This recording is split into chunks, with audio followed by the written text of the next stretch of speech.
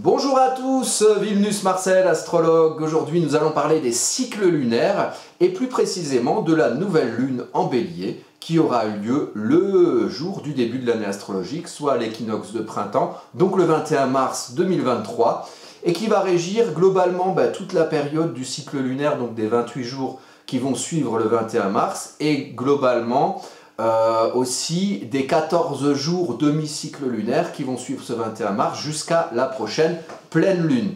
Alors la lune, c'est ce qui est le plus quantifiable et le plus qualifiable en termes d'effets astrologiques sur nous parce que c'est l'astre étudié astrologiquement qui est le plus près de la Terre. Donc quand on parle de personnes lunatiques, par exemple, on parle d'humeur. La lune, ce sont les émotions et lunatique, c'est humeur changeante. Pourquoi en relation à la lune? Parce que c'est la lune qui se déplace le plus rapidement. La lune va passer 2 jours et demi dans un signe et va faire tout le tour de la roue zodiacale au bout de 28 jours. Donc c'est pas du tout le même type d'effet que vont faire des planètes beaucoup plus lointaines du type Pluton. Pluton qui ne va pas tarder à rentrer dans le signe du Verseau et donc va changer de signe. Et Pluton qui change de signe, c'est un événement astrologique puisque ce n'était pas arrivé depuis l'année 2008-2009. Donc Pluton reste dans un signe de 15 à 20 ans et non pas 2 jours et demi comme la Lune. Donc les effets vont être beaucoup plus subtils et pourtant ils n'en sont pas moins inéluctables, les effets plutoniens, puisque Pluton ça va être la destruction, le plutonium, donc la transformation fondamentale, la mort à quelque chose pour la naissance d'autre chose. Et la Lune, ça va générer effectivement l'émotionnel, les humeurs et donc l'ambiance du moment. Et c'est pour ça qu'on étudie les cycles lunaires pour parler de l'ambiance du moment. Ici, l'ambiance du moment en entrée de la saison du Bélier, donc dans l'entrée du printemps, et plus précisément à partir du 21 mars pour les 14 jours et les 28 jours qui vont suivre. Donc la nouvelle Lune, parlons du coupable, va se trouver ici. Sur une carte astrologique, quand vous avez une nouvelle lune, c'est la conjonction du soleil et de la lune, donc c'est quand vous avez le soleil et la lune qui sont sur le même point au niveau de la carte. Donc ils vont se trouver ici en signe du Bélier, vous voyez cette flèche qui indique ça ici. Donc la nouvelle lune en signe du Bélier. Très bien, qu'est-ce que ça peut vouloir dire? Donc ça veut dire que déjà une lune en Bélier, c'est une lune un petit peu impatiente, c'est une lune qui a envie d'action. C'est les émotions qui ont envie d'action, c'est le confort émotionnel dans le fait d'agir, dans le fait de commencer, dans le fait de démarrer, dans le fait d'impulser, dans le fait d'initier, et je vais arrêter là avec tous les synonymes. Donc c'est vraiment la pulsion de vie, la naissance.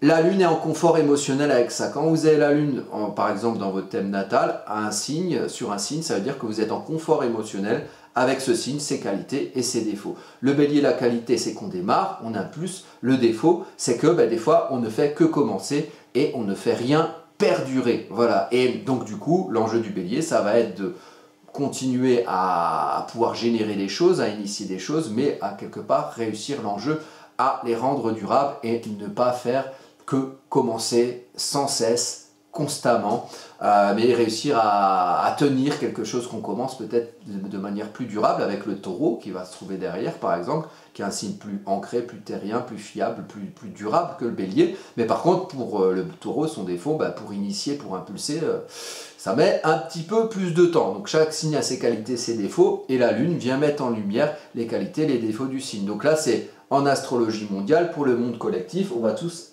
avoir un prisme émotionnel qui va mettre en lumière l'émotion Bélier, donc cette émotion de commencement, de démarrage, mais aussi parfois quelque part d'impatience. Donc, où se trouve cette lune en Bélier? Elle va se trouver ici, dans la maison 7. Alors, la maison 7, ça va être, parce que là c'est le thème de la lune en Bélier, c'est le moment exact de la lune en Bélier, et donc la lune arrive en Bélier, donc au niveau du soleil, la nouvelle lune, avec un ascendant à 24 degrés de la Vierge, et donc l'ascendant il va définir les maisons, c'est le domaine d'action dans lequel l'énergie des planètes va s'orienter.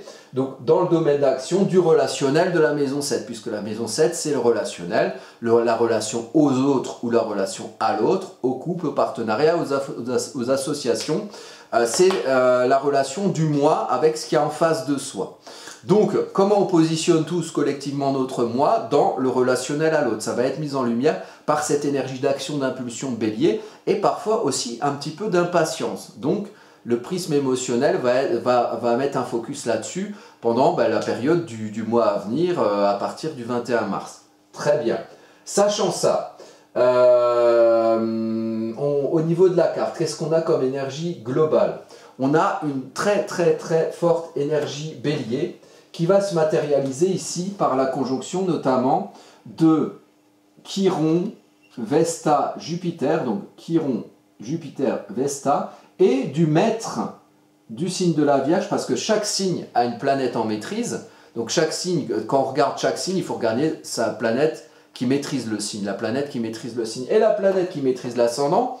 Donc l'apprentissage de ce qu'on va nous devoir, qu'est-ce qu'on va devoir apprendre globalement en toile de fond pendant ce mois du Bélier? On va devoir apprendre la Vierge. Donc la lumière va être mise sur l'énergie Bélier, mais nous, personnellement, on va devoir apprendre l'énergie de la Vierge qui est une énergie analytique, qui est méticuleuse, qui range tout dans les bons tiroirs, qui étiquette chaque tiroir pour savoir où toutes les choses sont, hein, différencier le tiroir A, ce qu'on met dans le tiroir A, ce qu'on met dans le tiroir B, et ensuite pouvoir l'utiliser et appliquer concrètement cette énergie d'ordonnancement et de compréhension des choses, comme comprendre un mode d'emploi, pour ensuite, pratiquement, de manière pratique, pouvoir construire quelque chose à travers un mode d'emploi qu'on a compris. Donc on lit le mode d'emploi de son étagère Ikea et ensuite on la fabrique. Et c'est une manière aussi de pouvoir ordonnancer, canaliser ce qu'on a envie de faire au fond. Ça c'est l'énergie de la Vierge. Donc ça c'est quelque chose qui va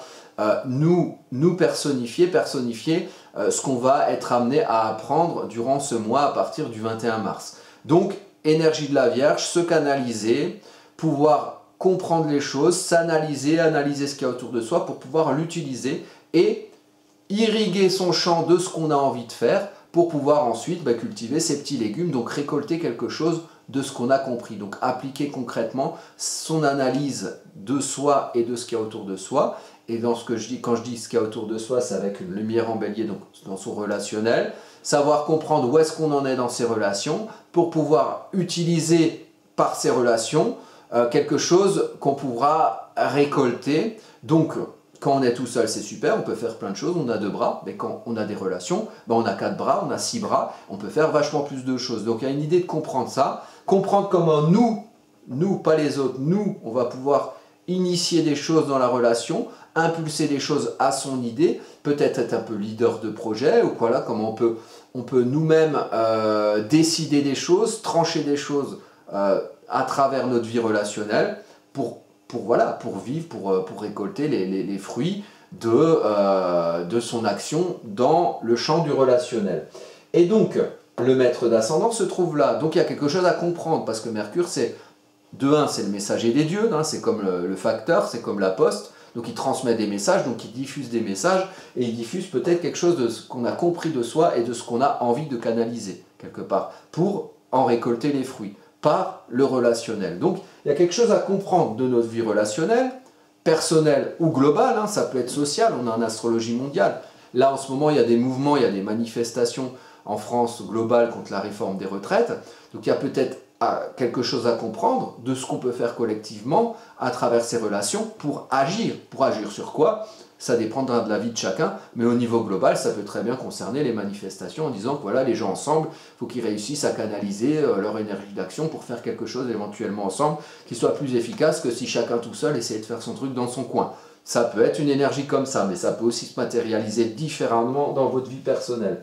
L'énergie bélier est fort mise en valeur, puisque on a Jupiter, l'expansif, là où on prend sa place. Jupiter, il prend sa place dans le relationnel, dans le fait d'agir dans le relationnel, puisqu'on est en bélier. Donc, on prend son expansion, on prend toute sa place dans le relationnel. Attention, Jupiter, il prend sa place. Des fois, il en prend trop, des fois, il déborde. Donc, en bélier, Jupiter, c'est un petit peu explosif. Donc, il faut faire attention à contrôler et à canaliser son énergie d'action avec l'énergie vierge analytique et canalisante pour ne pas, on va dire, déployer son énergie d'action de manière inefficace, de manière trop débordante et faire n'importe quoi, quelque part. Donc, l'apprentissage de l'énergie de la Vierge nous apprendra à canaliser cette grosse énergie de feu qui est expansée par Jupiter, qui est une planète d'air.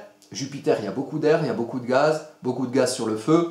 C'est très explosif. Donc on a une situation effectivement globale, sociale, qui notamment en France est explosive, mais croyez-moi, il n'y a pas qu'en France. Donc voilà, il va falloir apprendre à contrôler, peut-être à se comprendre dans la relation à l'autre. Alors, le Mercure en Bélier, c'est quand même un Mercure, si vous avez ça sur votre thème natal, qui est assez...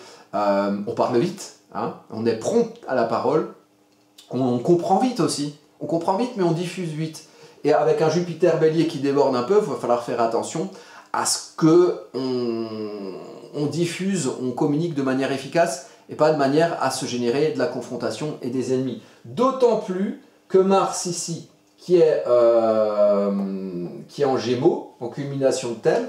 Donc la culmination de thème, tout ce que vous avez ici, là, ça va concerner le monde social. Bon, là ici, on est dans les relations. Là, on est dans le social. On a Mars qui est maître du Bélier, qui régit le Bélier, du signe des Gémeaux, qui est maîtrisé par Mercure. Donc Mercure maîtrise Mars et Mars maîtrise Mercure. Donc il y a un gros lien entre les deux. Donc il y a l'énergie Bélier, l'énergie Gémeaux, qui va régir les atmosphères globales de tout à chacun qui vit sur cette vieille Terre, de manière à être prompt à la diffusion, à la communication, à l'expression, et à quelque part comprendre comment on agit, agir pour comprendre, diffusion de l'action de manière martienne, donc de manière un peu confrontante. Donc il y a un petit côté polémique. Donc il va falloir, avec l'énergie Vierge, canaliser tout ça pour que ce soit efficace le plus possible pour nous tous, hein, personnellement ou collectivement, puisque je suis gentil et que je souhaite votre bien personnel et notre bien collectif dans lequel je m'inclus bien évidemment. Donc il y a quelque chose d'adolescent dans le Gémeaux et le Bélier. Hein. Le Bélier c'est la naissance et puis le Gémeaux c'est un peu l'adolescence. C'est un peu tout feu, tout flamme. Le Gémeaux, il utilise l'élément air, donc il utilise l'élément de la compréhension, de l'intellectualisation, de la communication. Et le Bélier, il initie l'action. Donc quelque part, on initie l'action par la communication et par la diffusion de ce qu'on pense faire, de ce qu'on veut agir et parfois de ce qu'on veut agiter. Donc le contexte des manifestations là-dedans, il n'est pas forcément... voilà, l'astrologie ne dit pas « oh là, ça va se calmer ». L'astrologie, elle met un peu le feu aux poudres, donc il va falloir que nous-mêmes, on apprenne à nous canaliser avec cette énergie vierge qui est prompte à canaliser les énergies. Mais la Vierge, elle canalise plus les énergies d'eau, donc les énergies émotionnelles, pour pouvoir peut-être se donner l'orientation émotionnelle en fonction de ce qui fait sens pour nous, pour agir avec toutes ces planètes qui sont en Bélier. On a Chiron, c'est le guérisseur, donc il faut guérir son énergie Bélier. Donc s'il y a quelque chose à guérir, il y a quelque chose à comprendre. Qu'est-ce qu'il faut qu'on guérisse quelque part? Guérir l'énergie Bélier, c'est soit guérir sa capacité à s'affirmer et à naître à quelque chose, à imposer des projets, à trancher, mais c'est aussi à guérir sa manière de le faire, et à pas le faire pour faire la guerre, mais plutôt à initier pour que quelque part on nous suive par adhésion, et pas qu'on nous suive parce qu'on est des vieux dictateurs et que du coup on va forcer les gens à nous suivre parce qu'on est un bélier avec des grosses cornes et que c'est comme ça, et voilà, c'est pas le but à atteindre, ça c'est l'ombre du bélier. Donc il y a l'ombre du bélier à guérir pour éventuellement pouvoir derrière guérir soi-même, puisque Chiron c'est le blessé guérisseur, guérir les autres peut-être dans son relationnel, à comprendre leur capacité d'action et à comprendre ce qu'ils peuvent initier, à comprendre ce qu'ils peuvent initier à leur idée à eux, qui seront peut-être vos idées à vous. Et là, on pourra globaliser tout à travers une farandole d'actions, tous ensemble, et comme le disait l'autre, tous ensemble, ensemble, tout devient possible, éventuellement. Enfin, si tout le monde est d'accord, voilà. Ou au moins ceux qui sont avec vous. Donc, il y a Vesta, donc Jupiter l'expansif, on prend sa place, Jupiter c'est Zeus, donc on prend le pouvoir dans sa relation, attention à tout ce qui est à droite du thème, c'est à nous tous, individuellement, d'assumer ça pour nous, parce que si on laisse les autres venir avec cette énergie vers nous, on va subir l'ombre des autres, donc on va subir l'ombre d'autres qui nous expliquent comment c'est la vie. On va subir l'autre qui met son ego solaire sur nous et du coup nous on n'a plus qu'à s'écraser. On va subir l'autre avec son pouvoir jupitérien qui va nous dire la morale c'est ça, la règle c'est ça, et puis j'en connais un jupitérien qui dirige un peu la France en ce moment et tout à fait capable de nous expliquer quelle est la bonne morale et quelle est la bonne règle et comment ça marche la vie. On a Vesta aussi. Vesta, c'est la foi, c'est la flamme intérieure. Donc ici, on a tous, globalement, collectivement, une foi intérieure à prendre notre place par l'action dans le relationnel. Donc on a envie d'y aller, il y a envie d'aller à la rencontre, il y a la fleur au fusil, vous voyez, il y a le printemps, il y a les bourgeons qui sortent. Vraiment une énergie de naissance très très intéressante, mais très forte qu'il va falloir canaliser avec cet ascendant vierge. On a donc quelque chose qui va s'exprimer socialement par justement l'expression, la communication, par le prisme du rationnel. Donc des choses qui seront expliquées, qui seront diffusées rationnellement pour qu'on puisse comprendre pourquoi cette énergie d'action et surtout pourquoi faire.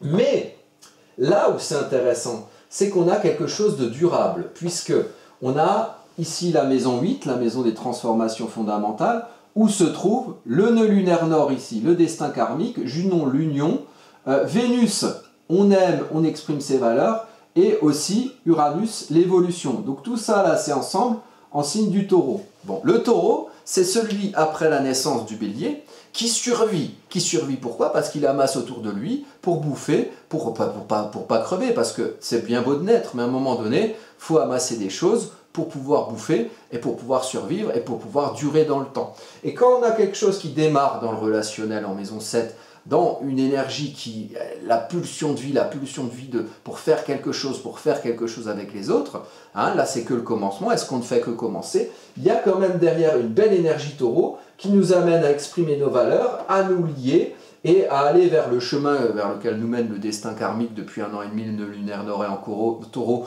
et nous amène à concrétiser des choses ou à mettre le prisme de ce qu'on vit, à mettre les choses qu'on vit dans le prisme du concret, hein, à revenir dans le monde du concret, de la terre, de la nature, hein, des choses qui sont réelles, hein, des choses qui sont palpables, revenir à quelque chose du matériel et pas de l'immatériel et pas de l'illusion, mais revenir dans du concret, revenir dans du solide.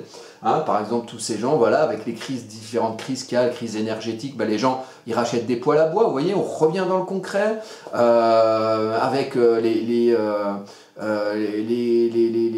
crises financières qui ne vont pas manquer de venir, ça, j'ai quelques explications astrologiques, et ben on va revenir à peut-être, à un moment donné, c'est bien beau de multiplier les billets de banque, mais les billets de banque, on ne les mange pas, donc on va revenir à quelque chose de concret, et on a des idéaux d'évolution dans notre vie concrète taureau, et peut-être dans un rapport plus proche à la nature, crise climatique, voilà.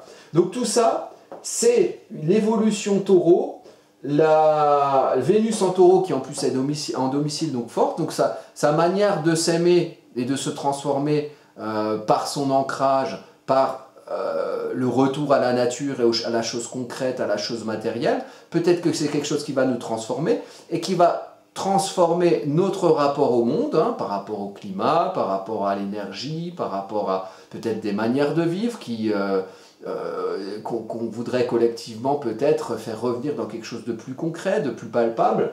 Ben c'est peut-être ça qui va faire que ce qu'on initie dans la relation va pouvoir perdurer, vous voyez, collectivement. Et ça peut aussi vous concerner personnellement. Vous avez toutes les personnes qui ont beaucoup de planètes en bélier en ce moment, au mois de mars, depuis le début mars, et là jusqu'à fin avril. Vous risquez d'être sollicité. Alors vous regardez quelle planète vous avez en bélier, et quelle est la signification des planètes. J'ai pas le temps de le faire ici, vous allez voir sur internet, je sais pas, Neptune, signification astrologique, puis vous allez voir ce que c'est. Donc les gens qui ont des planètes en bélier, des gens qui ont des planètes en taureau, notamment là, si vous avez du soleil, de l'ascendant ou de la lune vers 16 degrés, on va dire entre 12 et 20 degrés du taureau, là, il y a possibilité qu'il y ait de bonnes évolutions dans votre vie personnelle à vous. Si vous avez par exemple, ben là, ceux qui ont des planètes, la fin Gémeaux, il y a Mars qui passe dessus, Mars ça titille un petit peu votre zodiaque à vous, votre thème natal à vous, donc il y a des choses qui peuvent démarrer, qui peuvent initier, qui peuvent impulser. D'autant plus si vous avez des planètes en Gémeaux, Mars est rentré en Gémeaux fin août, donc depuis fin août, il y a quelque chose qui vous titille, et qui titille l'énergie des planètes que vous avez en Gémeaux, vous voyez. L'astrologie, ça fonctionne comme ça. Ensuite, ce qui est intéressant ici, c'est les aspects. Donc les aspects, c'est les traits au milieu. Comment communiquent les planètes? Et là, ici, vous avez un aspect quinconce, qui est un peu ambigu, qui laisse la place un peu au libre arbitre, qui se trouve ici entre Pluton et Mars. Pluton et Mars, c'est les deux maîtres du signe de Scorpion. Le signe du Scorpion, il se trouve ici dans la maison 2. La maison 2, c'est la relation au matériel, à la matière. Donc on en revient à l'analogie au taureau. Donc le scorpion, le taureau, ici, les 2 mètres du scorpion, liés entre eux par quinconce. Donc Pluton va rentrer en Verseau. Il est encore en Capricorne, il va rentrer en Verseau. Donc il y a quelque chose, Pluton en Capricorne, il dézingue en astrologie mondiale, le Capricorne c'est le pouvoir institutionnel, le pouvoir établi, la règle établie. Pluton il finit de dézinguer cette règle établie, vous avez peut-être pu constater ou remarquer qu'il y a beaucoup de règles qui ont changé depuis 2008, crise des subprimes, après il y a eu le Covid 2020, la guerre en Ukraine maintenant, la crise énergétique, donc notre rapport au pouvoir établi, il a quand même pas mal été valdingué. Voilà, ça c'est Pluton. Mars en Gémeaux, on a envie de parler, il y a de la polémique, il y a du scandale, vous voyez, il y a quelque chose d'actif dans la diffusion, et actif au sens Mars c'est le dieu de la guerre. Parce qu'il y a une petite confrontation par la parole ou par ce qu'on comprend. On comprend des choses qu'on n'aime pas forcément, vous voyez, au niveau social. Donc dans des choses qui peuvent se passer au niveau politique ou des choses qui nous régissent globalement, collectivement. C'est les 2 mètres du scorpion. Le scorpion se trouve dans la vie matérielle. Le scorpion, c'est celui qui va chercher la vérité au fond de lui-même, hein, sans concession. Donc, il y a un petit thème de révélation, peut-être d'une vérité matérielle, qu'on va avoir envie peut-être d'aller fouiller, hein, pour aller comprendre finalement quelles implications sur nos vies matérielles ont le pouvoir et ce qu'on en comprend. Et le pouvoir qui se confronte à nous, ou nous qui nous confrontons au pouvoir social. Voilà, donc écoutez, tout ça me paraît, ma foi, fort intéressant. Donc, il y a quelque chose... Alors, juste au niveau du relationnel, je parlais du bélier, donc je parlais de quelque chose d'actif. Le soleil, effectivement, la nouvelle lune, pardon, soleil et lune, sont à 0 degré du bélier. Mais le point du descendant, qui correspond, qui est l'ascendant, c'est le moi, l'expression du moi, et le descendant, c'est le positionnement du moi dans la relation à l'autre. Ce descendant-là, il est tout de même en poisson, avec Neptune en domicile. Donc il y a quand même une idée, dans sa relation à l'autre, de pouvoir comprendre ce qui fait sens pour nous et pour l'autre dans la relation, et rapidement d'arriver à l'action. Mais il y a l'idée quand même, attention, d'agir en fonction de quelque chose qui fait sens pour soi. Quelque chose qui correspond à nos espoirs, à nos aspirations, à nos idéaux. Donc peut-être que dans le relationnel, avant d'y aller tout feu, tout flamme et d'avoir envie d'expanser et d'agir, peut-être qu'il y a quand même une bonne idée d'essayer d'être dans une espèce d'émotion de gestation, à essayer de comprendre qu'est-ce qu'on a envie de faire avec l'autre, quels sont nos espoirs, quelles sont nos aspirations, quels sont nos idéaux, pour pouvoir agir ensuite et ancrer cette action en fonction des valeurs qu'on aura trouvées ensemble, pour pouvoir évoluer avec Uranus et peut-être agir par la parole au niveau de notre situation sociale. Voilà, en cherchant quelque chose au fond qui concerne notre vie matérielle, hein, une vérité qui est sous-jacente, qui est plutonienne, Pluton, la plutocratie, le pouvoir financier, voilà, l'origine peut-être d'un pouvoir financier sur des choses qui se passent autour de nous et qui nous activent et qui nous font avoir peut-être envie d'évoluer vers un plus grand rapport à l'ancrage à la terre, à la nature, à quelque chose qui est plus concret, à quelque chose où on serait dans un précaré plus serein, voilà, où on est bien, où on broute son herbe tranquillement, on n'est pas sans cesse pressurisé par tel ou tel qui nous disent il faut faire ça ou ça. Il faut travailler 2 ans de plus, voilà, il faut mettre un col roulé, il faut éteindre son chauffage, voilà, bon, je sais pas. Je cherche, je suis comme vous. Voilà, c'est donc le thème de la nouvelle lune. Juste pour petite information personnelle, je donne des cours d'astrologie. Alors j'en donne sur mon site, hein, voilà, alors mon site à moi c'est AstroCaca, voilà, c'est de la vulgarisation. Oulala, très vulgaire astrologique. Donc je donne des cours d'astro, hein, si vous voulez y accéder, vous allez sur les cours d'astro. Je fais des consultations en visio aussi parce que tout le monde n'habite pas en Aveyron. Et puis j'ai mes prestations, des thèmes natals, thèmes en transit, voilà, il y a plein de propositions que je vous fais. Donc ça c'est mon activité professionnelle. Et je donne aussi des cours à Soulac, dans le Nord Aveyron, donc ça c'est en physique, hein, en présentiel. Ça se passe le 8 mai. Le 8 mai, donc je vous ferai la pub sur ça. Donc si vous voulez vous inscrire d'ores et déjà, Vous pouvez, c'est des cours, alors c'est 5 heures de cours, c'est 50 €. Il y a le matin, il y a l'après-midi, il y a une pause repas au milieu. Et le matin, on va faire de la théorie, donc c'est pour apprendre de l'astrologie, donc les bases, les signes, les maisons, les aspects. Et puis l'après-midi, on fera des petits ateliers pratiques pour apprendre à utiliser un thème astrologique. Voilà. Donc si vous voulez vous inscrire, bah, vous pouvez le faire. Il y a le lien en bas sur la vidéo, ou sinon ici. Donc c'est vilnusmarcel@gmail.com. Vous inscrivez ici, et puis moi je vous guiderai sur où c'est. Il y a moyen aussi, il y a un gîte à côté, donc il y a moyen d'être hébergé si vous voulez vous faire des petites vacances dans le Nord-Aveyron. Et Dieu sait que c'est joli, c'est vers Estaing. Estaing en Aveyron, dans le Nord-Aveyron, c'est pas si loin que ça d'Espalion par exemple, je crois. Enfin voilà. Donc écoutez, voilà, si ça vous intéresse, n'hésitez pas à revenir vers moi. Et sur ce, écoutez, moi je vous souhaite une très belle nouvelle lune en bélier, hein, de l'action, de l'action, de l'action, mais quand même de l'action à l'aune des espoirs et des idéaux qu'on peut avoir et qui font sens pour nous. Voilà, je vous remercie, je vous dis à bientôt sur la chaîne YouTube Vilnus Marcel.